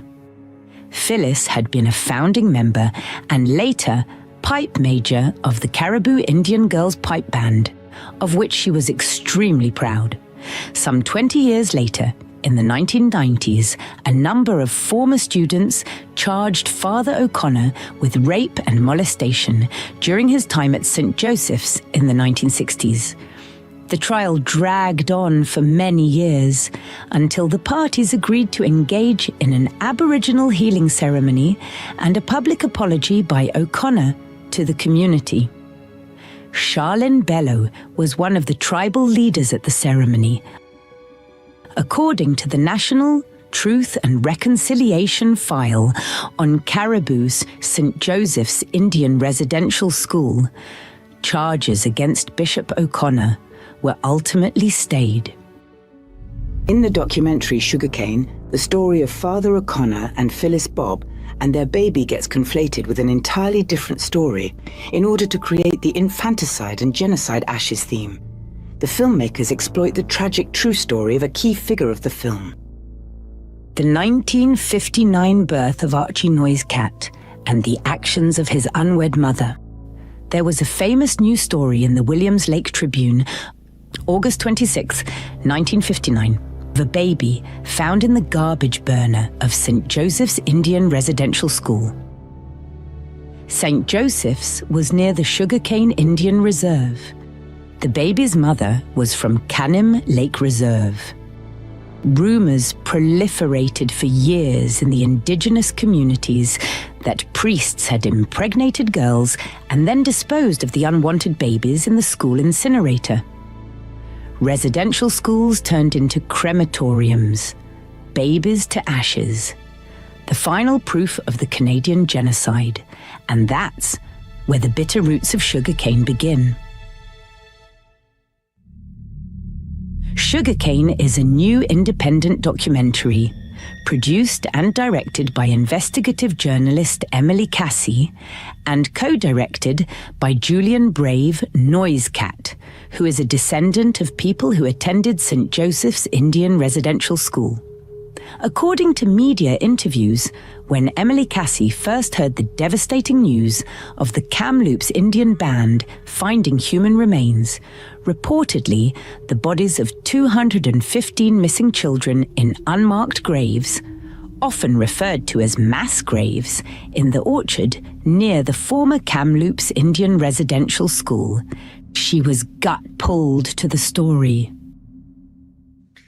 So I was gut-pulled when I heard about the 215 potential unmarked graves. I'm an investigative journalist and a filmmaker, and I have made docs and multimedia stories in the context of newsrooms for the last decade about human rights abuses and genocide all over the world, from Afghanistan to Rwanda.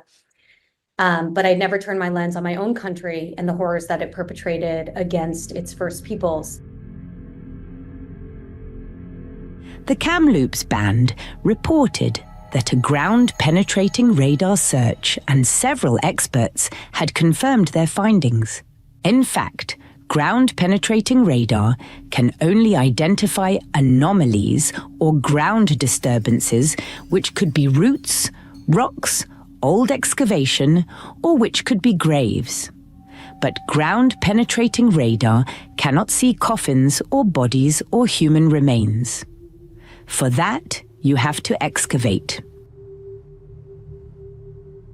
Right after Kamloops made their claim of finding the remains of 215 children, various other First Nations began popping up with similar claims of unmarked graves.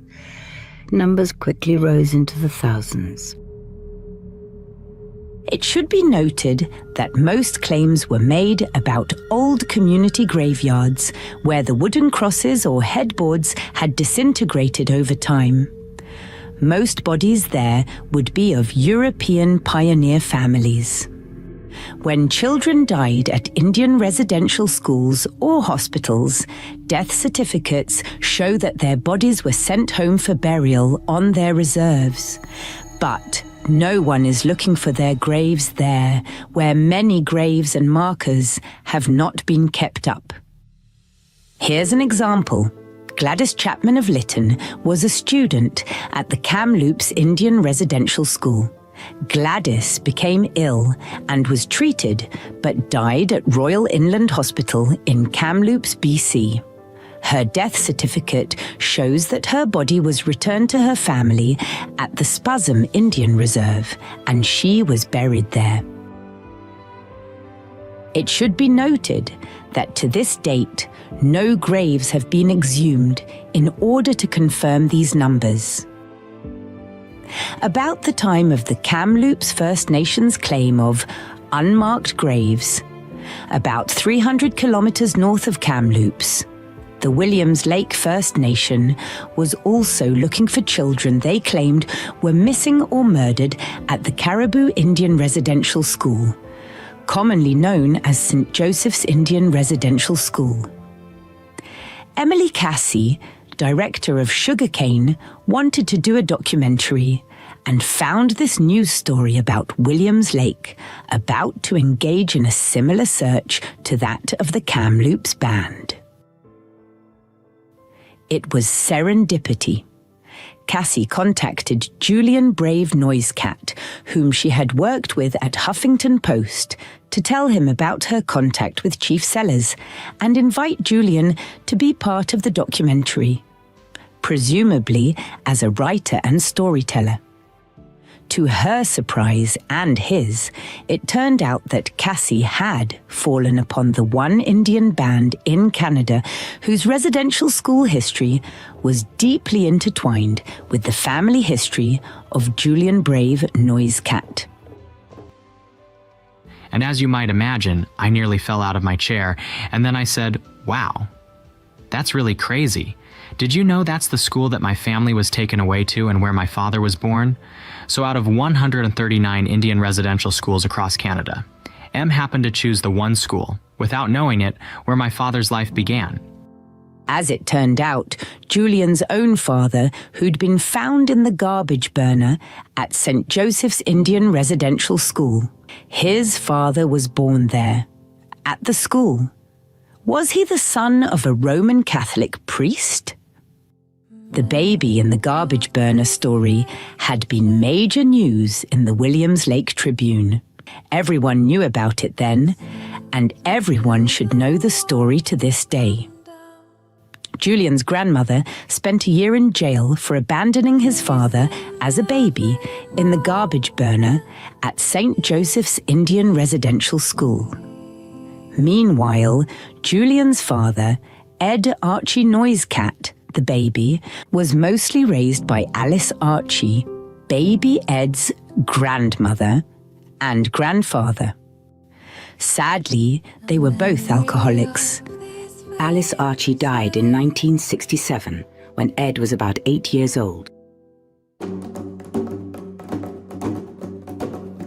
A turning point in the lives of these young filmmakers was when a woman named Charlene Bello had taken Julian to the old barn, which was still standing on the St. Joseph's Indian Residential School site. Both Julian and Cassie were at the site, doing research in 2021. Charlene asked Emily Cassie to bring her camera and join them, and there in the dim barn light, Charlene conducted a smudging ceremony for Julian, invoking the spirits of the ancestors and missing children, entrusting Julian with the mission of witnessing the history of his people for the world to see. The filmmakers said it was as if the world broke open for their project.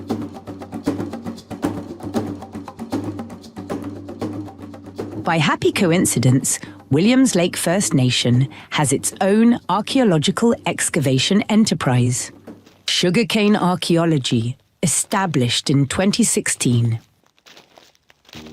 Though it is unclear if Sugarcane Archaeology established the investigative team or whether the filmmakers framed the story this way, an investigative duo made up of Indigenous rights activist Charlene Bello and Whitney Spearing, archaeologist with Sugarcane Archaeology, drive the main story narrative in Sugarcane.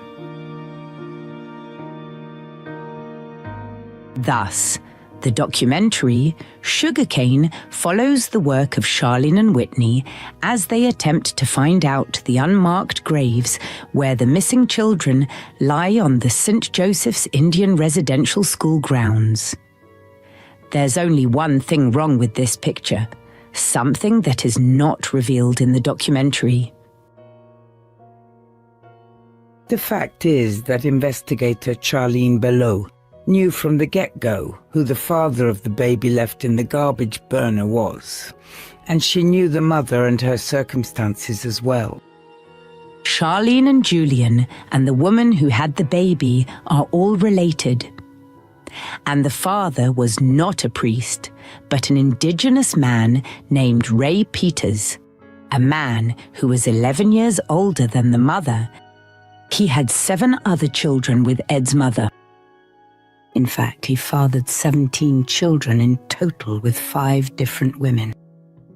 Why was this fact never brought up in the documentary? Keep in mind that the filmmakers spent a lot of time on the reservation compiling research. We lived the story. We lived in the community for 3 years. We were there for every moment. We built trust and respect and had, a reciprocal relationship, and we experienced some of the most extraordinary moments of our lives. Emily Cassie and Julian Brave Noisecat and Julian's aunt, Charlene Bello, framed the story as if Roman Catholic priests fathered babies and disposed of the unwanted babies in the St. Joseph's garbage burner, which they repeatedly refer to as an incinerator in the documentary. Based on film critic reviews, most reviewers believe that Julian's father was the illicit love child of a Roman Catholic priest at the school. This would be highly unlikely, since students were only allowed to attend Indian residential schools until they were 16 years old. Baby Archie Noisecat's mother was 20 years old at the time. In fact, Ed's mother had lived away from Canning Lake Reserve and had studied practical nursing in Vancouver. It seems that the only reason why baby Ed Archie was born at St. Joseph's School was that she was on her way home from Williams Lake to Canning Lake. It is possible that Ed's mother went into labor along the way and she pulled into a familiar place for help. But it was night time and summer, with few people on site. These are the facts no one knows but baby Ed's mother, and she did not want to talk about it. Baby Ed's mother had taken a practical nursing course and was able to deliver the baby herself. She dumped baby Ed there at St. Joseph's Indian Residential School in the garbage burner. In court, she later testified that she thought the baby was dead. These are the Bitter Roots of Sugarcane, a community willing to exploit one of their own family's tragic stories of many years ago, as if evidence for the phantom genocide of nameless children, knowingly misleading the viewers, knowingly placing a blood libel on the Roman Catholic Church and St. Joseph's Indian Residential School and staff, knowingly accusing Canada of genocide. Over 100 churches were burned down or vandalized in the years following the Kamloops claim of unmarked graves. What kind of violent reaction will there be to false claims of priest burning babies in incinerators, as claimed in Sugarcane? We told governments, we told churches, our children never came home. They never believed us. Now we know. There is no list of names of missing children. Ground-penetrating radar can't find bodies, only anomalies. If no one can name anyone, if the families have not filed missing persons reports over the past 113 years, then what we know is that this is a phantom genocide born of bitter roots and vengeance. Knowingly turning on the very facility that took her in, when Charlene, orphaned as a child, she suffered the loss of her father at Christmas time. His death certificate ascribes his death to a vehicle rollover. Charlene ascribes it to her dad was dead from drinking. That's another secret never told in Sugarcane, that a river of alcohol runs through the tragic lives of the communities and individuals involved in this film. She initially entered St. Joseph's in about grade 5. Her dad was already dead from drinking. She said, "So I knew how to protect myself and speak up for myself." It is curious that when Charlene testified to the Royal Commission on Aboriginal Peoples in 1993, she said that her experience at St. Joseph's School was good, as was that of her mother and grandmother. There was no talk of missing or murdered children then. In the same 1993 hearings of the Royal Commission on Aboriginal Peoples, many people like Elder Celine John, whose family all passed away, said her experience at residential school was the best time of her life. Many children who were orphaned were rescued by Indian residential schools. No wonder children might have lifelong impressions of graves and deaths after losing one or both parents. Then suddenly finding themselves in a school and never finding their parents again.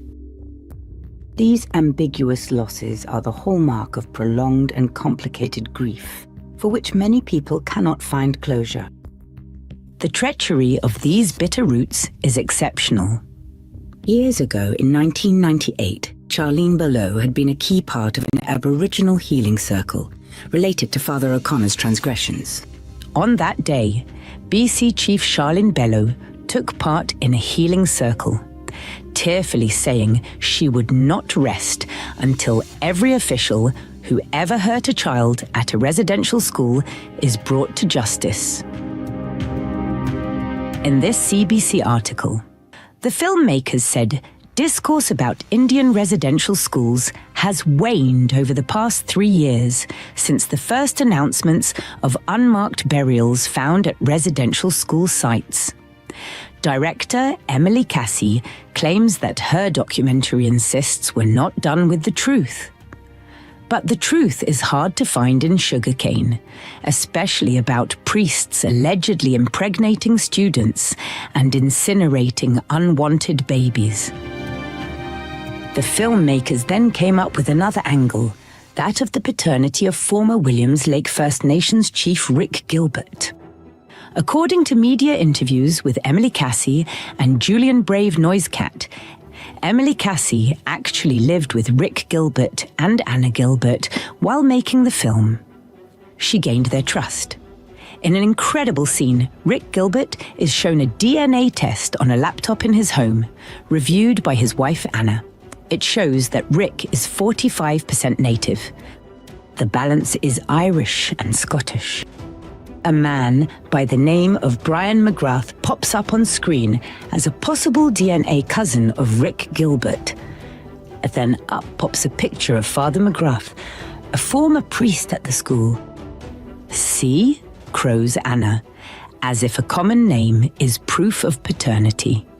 Rick Gilbert was not convinced. He wanted more proof. Rick and his wife Anna were devout Roman Catholics. They had sheltered precious religious books and artifacts from the Catholic Church in their home when they feared someone might burn it down. Rick was born in 1946 to Elizabeth Agatha Thomas Gilbert. The ethnic origin of people in the Williams Lake area matches closely with Rick's white DNA. But his dad could have been any of the hundreds of handsome and hardy young men pouring into the Williams Lake region in the 1940s, looking for work. The documentary follows along as Chief Rick Gilbert and many other Indigenous leaders were invited to the Vatican to hear an apology from the Pope. It seems that Rick Gilbert had become convinced that he had been fathered by a priest, though no such evidence is presented in the film.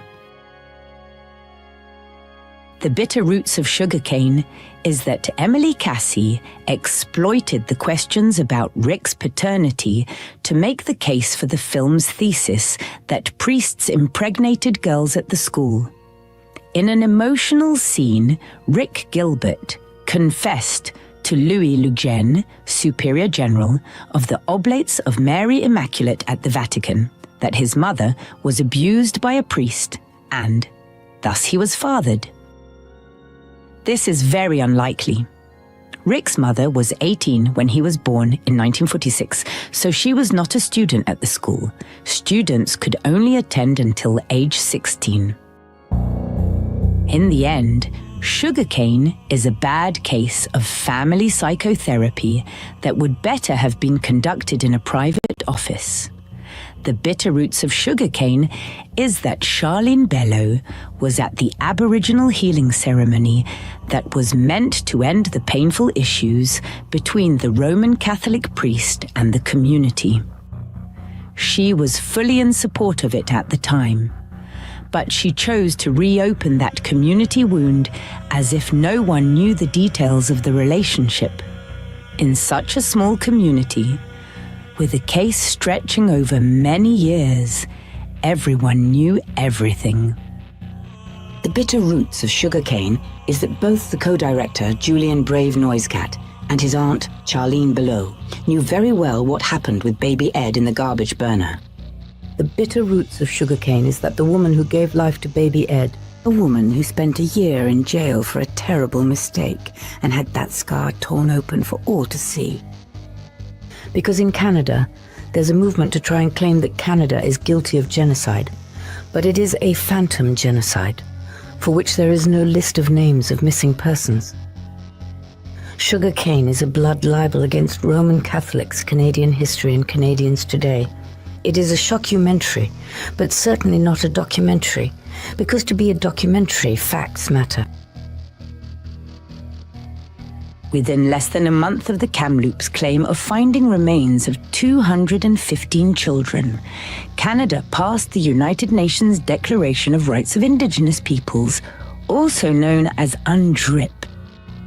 For several months prior, UNDRIP had been opposed by 6 provinces and several First Nations bands. UNDRIP will upturn the Constitution of Canada. Existing property owners will be faced with land-back claims by Indigenous groups. The sugarcane producers included Julian and Ed singing a song. Canada is all Indian land. There's still no list of names of missing children. No names. At all.